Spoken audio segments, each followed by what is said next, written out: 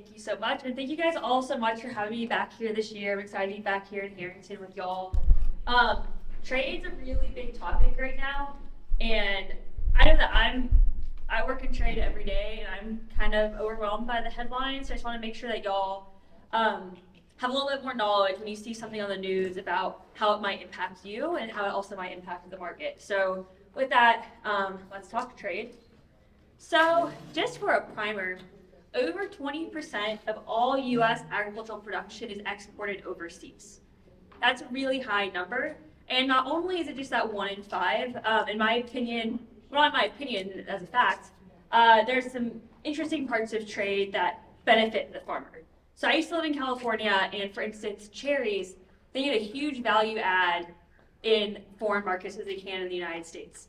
So the biggest cherries, the highest quality cherries, all go straight to East Asia because they're willing to pay a huge premium as compared to the American consumer who doesn't see a huge cherry as much of a luxury item. So I actually went to a cherry processing facility and they gave me a box of cherries bound for Korea, and 4 cherries were the size of my palm, like that, just 4 of them. Oh, they were huge. And American consumers aren't going to pay the premium they are over there. Another example is very dear to y'all here in Delaware is poultry. Now, all livestock products, you have to grow the whole animal, right? Even though the American consumer prefers a breast or prefers a wing, we also have to grow those chicken paws and those dark meat parts the American consumer just doesn't want. So in some ways, those exports are subsidizing the products that the American consumer wants in livestock production. So a lot of value added opportunities in exports beyond just quantity of more mouths to feed around the world. Obviously, there's been a lot of talk of trade, both the previous Trump administration and the current Trump administration. And there are definitely some merits to, there have been winners and there have been losers in our expansion of trade since the end of World War II. I would just like to say, though, that the American farmer and American agriculture, for the most part, has benefited pretty greatly from the free trade situation we found ourselves in. So we're also one of the industries that has the most to lose, in my opinion, from moving towards a more protectionist trade environment. These graphs, the top one shows the expansion of trade imports and exports over the history of different trade acts. And then the bottom one shows the percentage of our exports going to countries we have a free trade agreement with. 2024 hit a record of 49% of all of our exports going to a country we have a free trade agreement with. So those free trade agreements are quite important for our exports. Now, we've found ourselves in a pretty unfamiliar place the past couple of years. Traditionally and historically, America has always had a trade surplus in agriculture. However, the past couple of years have had trade deficits for the first time, and it just keeps expanding. It's pretty radical how wide that gulf has hit within the past couple of years. And now for fiscal year 2025, new numbers out on Friday are projecting a $49 billion trade deficit in the agriculture sector specifically. And that would be, imports about 25% higher than our exports overall, so a pretty substantial number. However, I would say overall that I'm slightly less concerned by the imports going up than the exports stalling out and declining. And that is because this is looking at it from a value perspective, and we do import and export slightly different things. So this graph shows in broad strokes what we import and export. You'll see that we have trade surpluses still in a lot of those bulk commodity products, in oilseeds, in grain, in livestock, but it's those horticultural and sugar products that we really see big trade deficits. And in some ways, that's to be expected. America, we don't grow bananas here. We don't grow coffee here. And a huge, decent chunk of our imports are just coffee and these products we can't grow on our continent in efficient numbers for all of us to enjoy. However, there has been pretty rapid expansion in a lot of different categories. That oilseeds category, that surplus is shrinking in large part due to the import of used cooking oil and imports of different products to use in biodiesels. I'm not going to get into that today, but that is a policy question that we are working on at Farm Bureau to try to address that. But that horticultural product category, that's the huge source of imports. and that's about half of all of our imports, and oftentimes those are very high value products, so really impact that surplus deficit. This looks at it another way, and it just looks at surpluses or deficits among specific products. As you can see here, bulk products are what we're good at, right? We're good at exporting soybeans, we're good at exporting corn, we're good at exporting tree nuts from California. Those are all bulk products. But where we're getting these deficits are these higher value processed products specifically, so that might include, cheese from Europe, but then also higher value products like raw products would be fruits and veg, and then the semi-processed category includes fats, hides, feeds, fibers, flour, meals, oils, and sugars, and that's for the first time in the past couple of years we've started to see deficits in, and I think that's also in large part due to those used cooking oil imports and similar products. Now, of course, the trade deficit hasn't, been completely something to not worry about at all. Specifically for specialty crops, we've seen kind of a chicken and egg problem where a huge increase in imports from other countries have made it filled the market to where our specialty crop producers are less profitable. But at the same time, we're importing so much specialty crop product because the American consumer is demanding more than we can grow. About 25% of our imports are exclusively processed and also fresh fruits and vegetables. And we've seen a huge increase in fresh fruit and vegetable imports by volume over the past 25 years or so. At the same time, unlike our row crops, we've seen declines in production of vegetables and fruits in the United States. And a large part of that, in addition to the trade situation, is due to our labor situation. It's really hard to compete if you're paying almost $20 an hour just in wage to an H-2A worker in California. If they're going in their home country, they might only be making that an entire day, right? That's going to be really hard to compete on a value basis. So that's kind of a complicated story.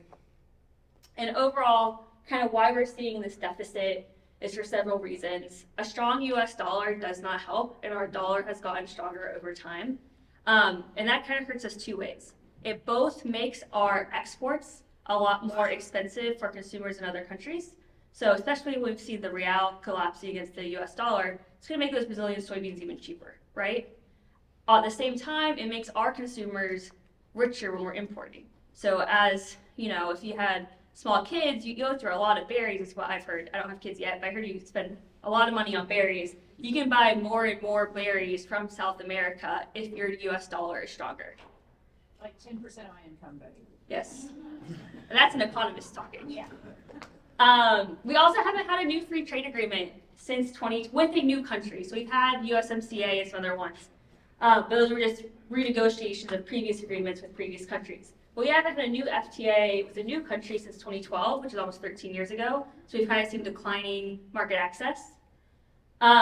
We've also seen a declining share of U.S. dominance in key ag exports, which is what the guys talking before me were talking about the rise of Brazil.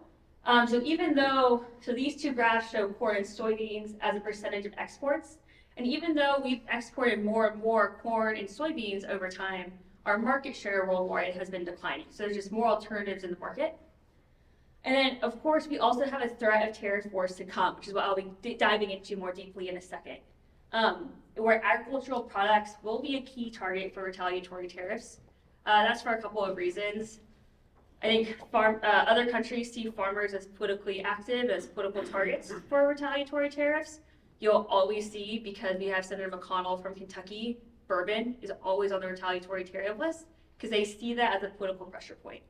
In addition, we just export a lot of ag products. So, there's only, when the tariffs are getting so broad, there's only so many things to target, and countries see that as one they can.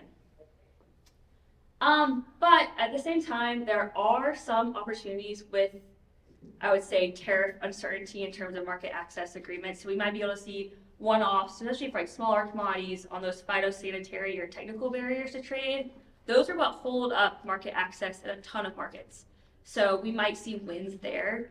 And I went to the U.S. Grains Council meeting in Texas 2 weeks ago, and the U.S. Grains Council official market director in India and Southeast Asia both said, our buyers, and I don't know how much it was bravado, but they said on stage that, you know, they were uneasy about tariffs in general, that their buyers in like India and Thailand and some other countries kind of were excited about some of the trade stuff because they saw it as an opportunity to force their country to allow them to buy US corn.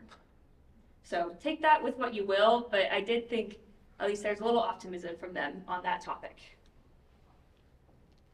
Okay, so this table is my attempt at listing out the tariffs that have been threatened or announced with different things. So the thing to remember is that all these tariffs being announced, a lot of them haven't entered into force yet, and they might not enter into force. But this is a pretty broad map. So the only ones that entered into force and are being paid today so far are the 10% tariff on China that went into effect on February 4th. They did retaliate. The retaliation to this date has not affected ag products, but it did impact ag machinery, a few energy products, and some supposed export controls on different minerals. I don't think those have been fully announced yet. What I'm watching super carefully is 25% tariffs on imports from all products from Canada and Mexico, which are supposed to go into force tomorrow. In addition, there would also be a 10% import and 10% tariff on Canada energy products, so oil. And those are supposed to enter into force tomorrow, in addition to another 10% on China. Canada and Mexico, all the newsletters have been saying they've been really trying to negotiate. A lot of this hasn't necessarily, the president hasn't indicated that these are necessarily about trade issues. They're also about like drug issues and border issues and kind of political issues that we're using trade tools to try to combat. And Mexico and Canada are definitely trying to make their case that they are working as hard as they can to combat some of these really important issues to the American public. Mexico hasn't announced any plans for retaliation explicitly yet. Canada did release back in February, when the tariffs were supposed to go into effect the first time, they got paused, a retaliatory list of $30 billion of U.S. product, and that did include substantial agricultural products, including pork, poultry, dairy, wheat, some other row crops, a couple of specialty crops, and several processed products like pasta. They say that they will, if these tariffs go into effect and stay into effect, they say they will expand that list to $125 billion, and that would include potentially all U.S. agricultural products. China has floated that they will be targeting ag products if this 10% tariff goes into effect. So those are all to remind ourselves of. And then these other tariffs, including tariffs on all steel imports, on all aluminum imports, and potentially on the EU and other products. Some of them will be entering into force about 2 weeks from now, and then some are yet to be announced, including this plan to do reciprocal tariffs. Now, reciprocal tariffs, still a big headline. We don't have a lot of details on that yet. Supposedly, we'll be finding out more in April, but we're starting with this thing. It's kind of hard to keep track of. This is my attempt to map it all out for everyone. But at the end of the day, whatever goes into effect, tariffs are going to impact all of us as consumers and as people in the agricultural industry, and I want to walk a little bit through how those are going to impact you. So the first way that farmers will be impacted by tariffs are as consumers. So well over 80% of the potash supplied in the United States is from Canada, and I think Veronica says much closer to 85%. I should have updated that. And then also over 80% of peat, which is used in horticulture, and also other fertilizer products and inputs.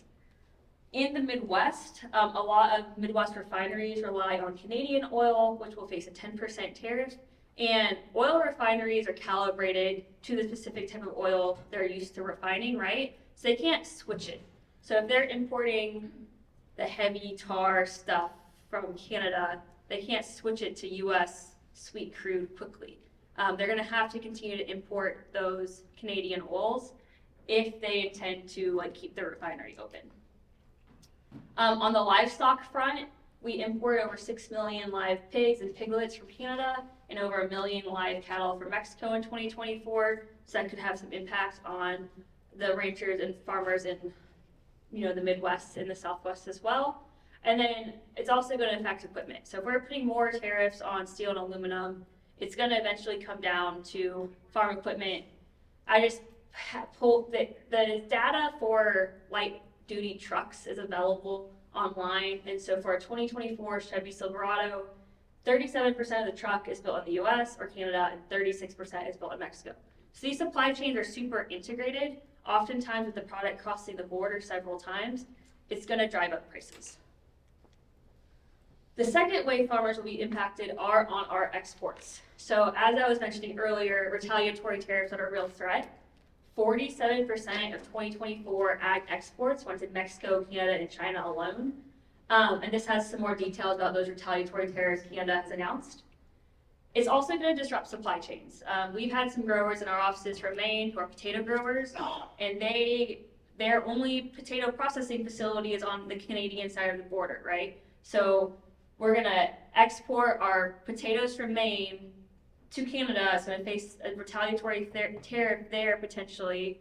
They're going to be made into French fries and brought back to the United States to sell, where they're going to hit another 25% tariff. And that's their only market, this Lamb Weston plant on the border. And it's also very harmful to our reputation as a trading partner.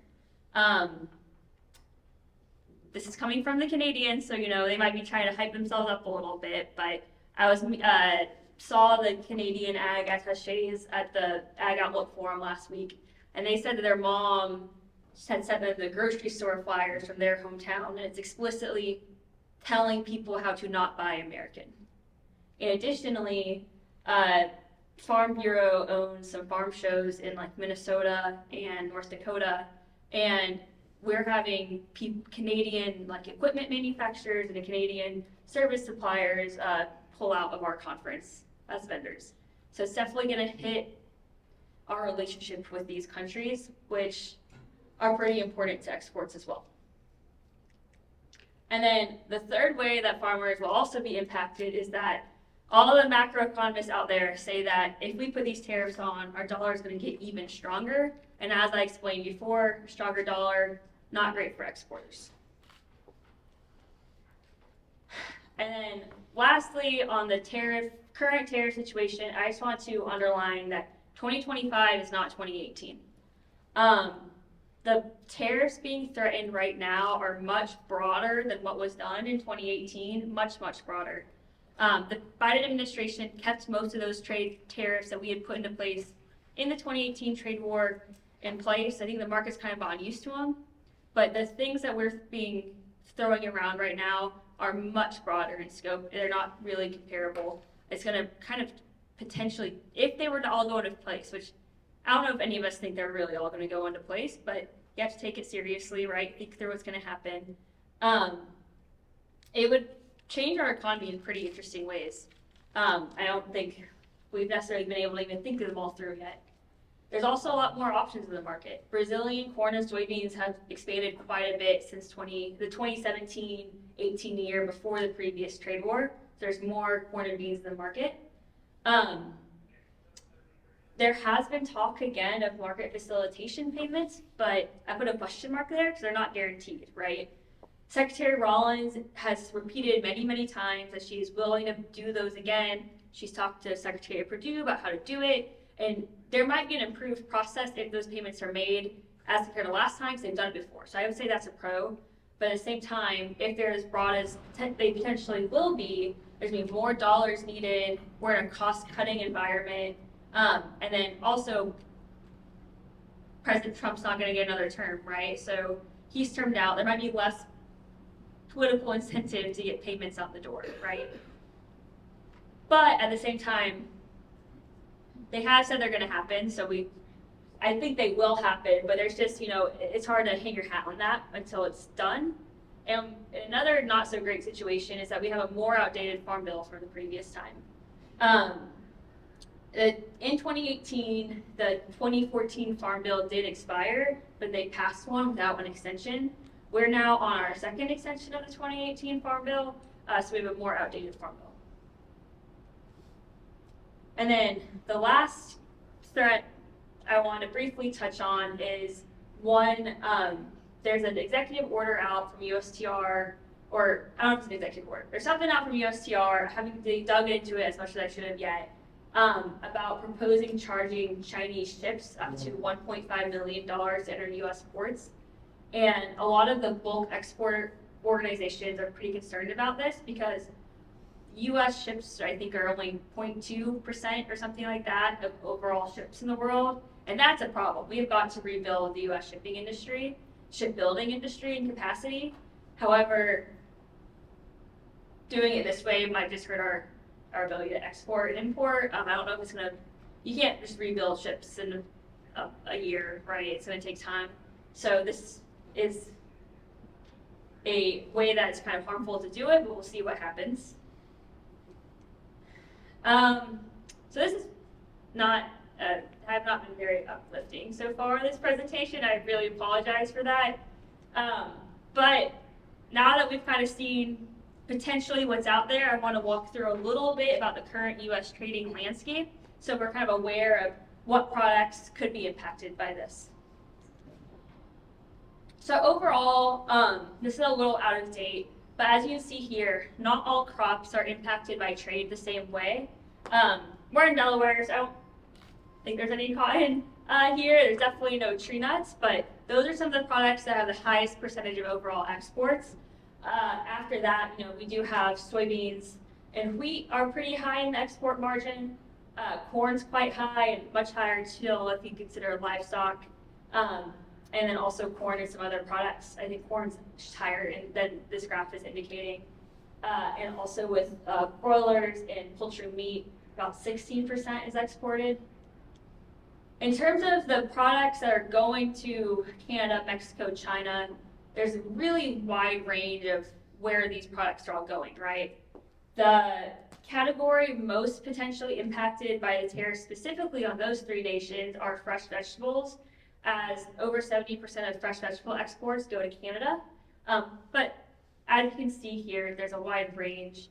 Corn, a whole bunch of corn goes to Mexico. It's really a rapidly expanding market. So if Mexico chose to retaliate on corn, that would be a problem.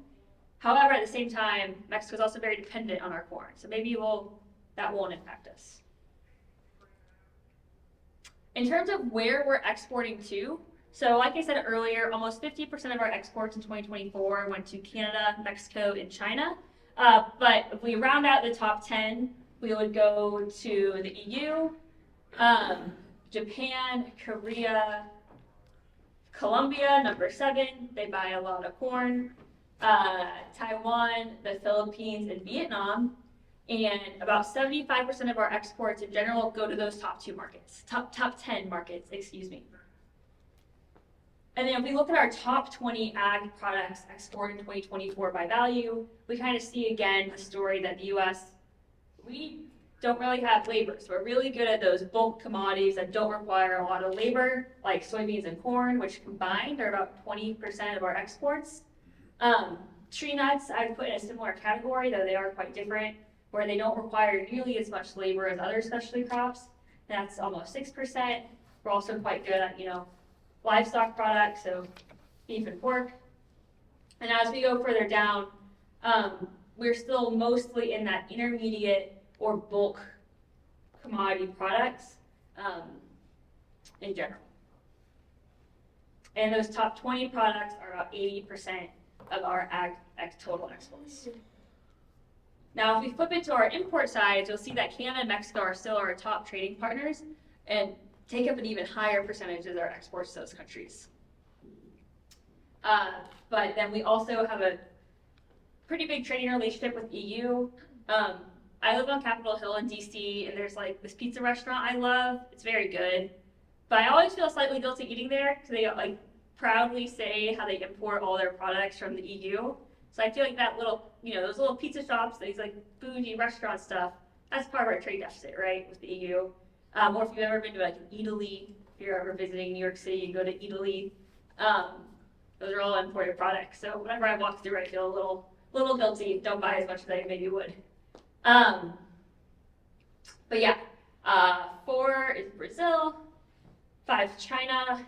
But these other countries are much, much smaller. It's almost all concentrated, like over 60% in these top 3 markets, and then the next 6 are 15% or less of our total ag imports.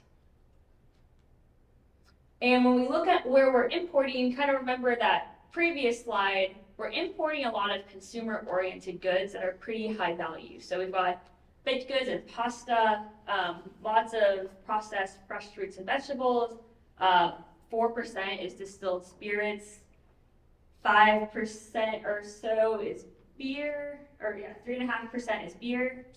And when we think about beer specifically, if we're importing it like from Mexico, for instance, it might be created using US and Canadian products. So some of these products, the supply chains are quite integrated. So even if we're importing it as a final good, as beer, they could be using like barley from South Dakota or something for their beer. It's pretty common. I try to pull out some Delaware data. Trade data at the state level is super, super difficult, especially because y'all have a big port. So take this with a grain of salt. It's just, they try to make the statistics work, but it's really difficult to do because no one's like checking you at the border when you drive to Maryland or somewhere else. According to the USDA ERS though, your top market is Canada, with 70% of the top 5 ag exports at least going to Canada. Poultry meat is the number 2 largest product. Fresh fruit would be number 1. And then chocolate was actually your top 5 export and import product. So someone has a sweet tooth. And then before we go to questions, I want to leave y'all with a dose of optimism, because I know this wasn't the most upbeat of presentations, but there are optimism on several fronts. So one thing that I think is interesting, it might be optimistic too, is that the future agricultural exports and growth are going to be in markets where we haven't really tapped yet. So a large, one of the biggest by dollars, or second biggest at least, is going to be South and Southeast Asia, where I told you those US grains guys were super excited about maybe more access to India and Thailand and Vietnam. There's going to be a lot of growth in new markets. Sub-Saharan Africa is growing a ton. Southeast Asia is growing a ton. Central Asia is growing a lot as well. So as these markets expand, there's new opportunities.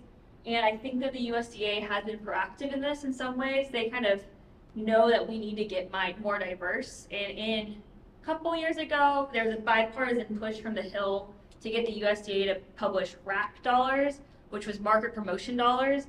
And they were explicitly excluded from using those dollars in the top 6 markets. So they weren't allowed to use those dollars in Mexico, Canada, the EU, Japan, China. They had to start using those in new markets, basically, to try to capture this change in future population patterns and growth, and where we're getting more and more middle-class customers who the first thing you buy when you get money is meat, right? So that's going to require grain, that's going to require U.S. livestock products as well. A really bright spot, in my opinion, has been ethanol exports. I think that was mentioned last presentation too. In 2024, ethanol exports increased 36% on a quantity basis. A lot of countries around the world are adopting ethanol blending requirements. Just in the past year or so, Japan and the Philippines did. India did a while back and have really built out this huge ethanol refining facilities. And while we can't export ethanol to India because that's not allowed, they built out so much ethanol capacity that they're going to need grain, and they're going to have to do that from somewhere, and that can be from us, right? In order to feed these ethanol production facilities they've built. The UK has really rapidly increased the use of ethanol in several other countries as well. So ethanol exports are definitely a bright spot for agricultural trade at the moment.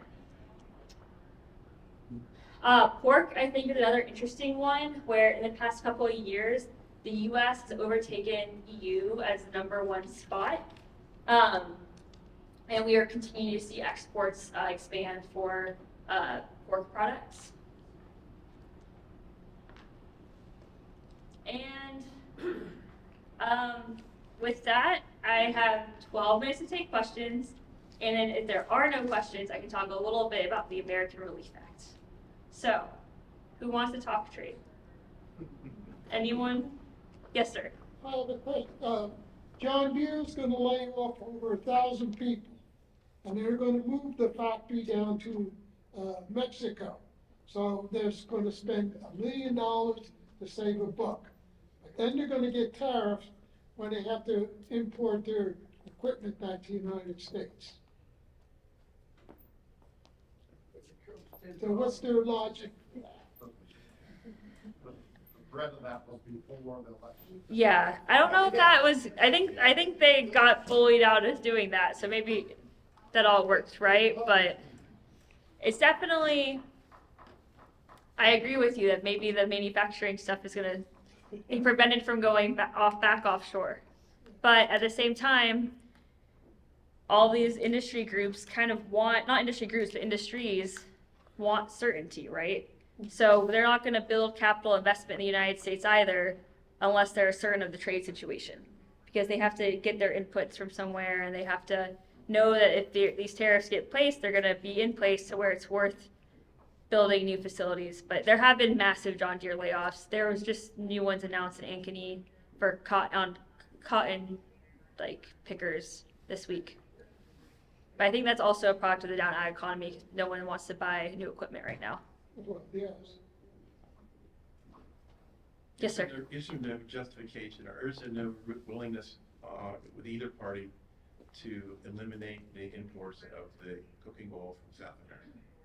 I think there's some promise there. I mean, a part of it is that we still don't have 45Z. We don't know what's going to happen to 45Z tax credit. So if that's going away, it might not matter quite as much from the federal standpoint. Specifically the used cooking oil though. So I'm a big fan of Scott Irwin at the University of Illinois. If you haven't read his work, guys, if you're interested in biofuels, I suggest it. And he had a really good webinar on biodiesels recently.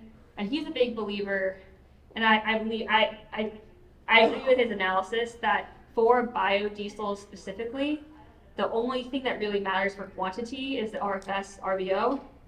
And everything else is kind of gravy, but that is what drives feedstocks and drives production in different states. And basically the California low carbon fuel standard and all these other Western states are adopting are the ones kind of mandating those feedstocks be from these low waste, low carbon materials, right? So because all California is kind of mandating this stuff, even though there's the renewable volume of the volume obligation is set by the RFS, all the feedstock decisions are really being made by California. So we've got to work on that. And they've actually put a cap in place where for the LCFS, it's not finalized yet, there's been some stumbling blocks with it, but they put a 20% cap on ag feedstocks. So if biodiesel or renewable diesel specifically is created using more than 20% canola, sunflower, soy oil, it doesn't qualify anymore. That's a huge issue. Biodiesel gels in the wintertime.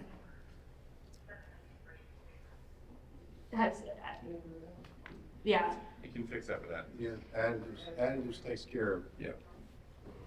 Experience in that. Well, and they've been saying, I've been hearing that in California because they've switched to over 70% of diesel now in California is either biodiesel or renewable diesel. And they'll actually blend the biodiesel in with the renewable diesel because it makes it better. But I'm not a fuels expert. Y'all know way more about that than me. I walk everywhere. Just kidding, I don't, but yes, sir. These market facilitation payments that the Secretary of Agriculture is talking about, what are they exactly? So under the first Trump administration, during the post-trade war, when soybeans fell off the cliff and all those different things, they used I'm trying to be better about acronyms, y'all, but the CCC, which is the Commodity Credit Corporation. Basically, the CCC is a little bit like debit card that the USDA is supposed to pay for ARC and PLC with. Then there's extra money on top, or if it doesn't get used, there's extra money, and they kind of use it for different things, like that RAC funding I was talking about got paid for by the CCC, and the Trump administration used it to make payments to farmers who were impacted by the trade war. Oh, okay. Gotcha. And they're pretty big. Gotcha. And we will see if they can do that again to the same level, or if we're more impacted by trade to a higher level. But it doesn't have to get approved by Congress or anything. Okay. So y'all remember the American Relief Act was passed at the end of 2024, and that did include $10 billion in economic aid. Basically, there's a complicated formula for how to do economic aid, but it wasn't too complicated, so we could calculate it ahead of time. And these are the price that you should be getting for these crop products. And that's to be paid out on all planted acres, even if it wasn't harvested. If you use it for silage or something, you should be getting a payment in this realm. And Secretary Rollins the statute requires that these payments at least be announced, maybe paid by March 21st. And Secretary Rollins has publicly now stated that they are on track to hit that March 21st deadline, or even before that. So you should be waiting to hear from the USDA how and when these payments will be made. And there are, because I have a few minutes, so this is what it looks like for, basically these crops we can get very, very close to calculating the full payment. For these crops, we could only calculate a minimum payment, but you should make this or more. And this is an example of how that payment would be made for a farm with 1,100 acres of wheat, corn, and soybeans. And it's going to be on 100% of planted acres and 50% of prevent plant acres, and it's eligible for any commodities grown for harvest, grazing, haying, silage, or similar purposes. Now, this was a part of the economic aid package that was a part of the continuing resolution at the end of the year. And I would say the agricultural community, we've been told time and time again from people on the Hill that everyone's voices demanding this economic aid payment because of the outdated farm bill is what really got it through the finish line. It was really at risk from getting cut from the continuing resolution several times. We got it through, and hopefully y'all will be seeing this soon. And then in terms of the payment limitations, so it's going to kind of have a new approach for payment limitations. While previously there's typically an AGI cap at a certain number, there's be no AGI cap in the traditional sense. Instead, if you make 75% or more of your income from farming, ranching, or forestry, you qualify for up to $250,000 in payment. But if your income is 75% or less, it'd be $125,000. And yes, it's unrelated to other payment limits, and it adds this typical, the legal structure of your farm, whether or not you have 2 producers or 1 producer, how it's structured is going to impact how much your farm will get.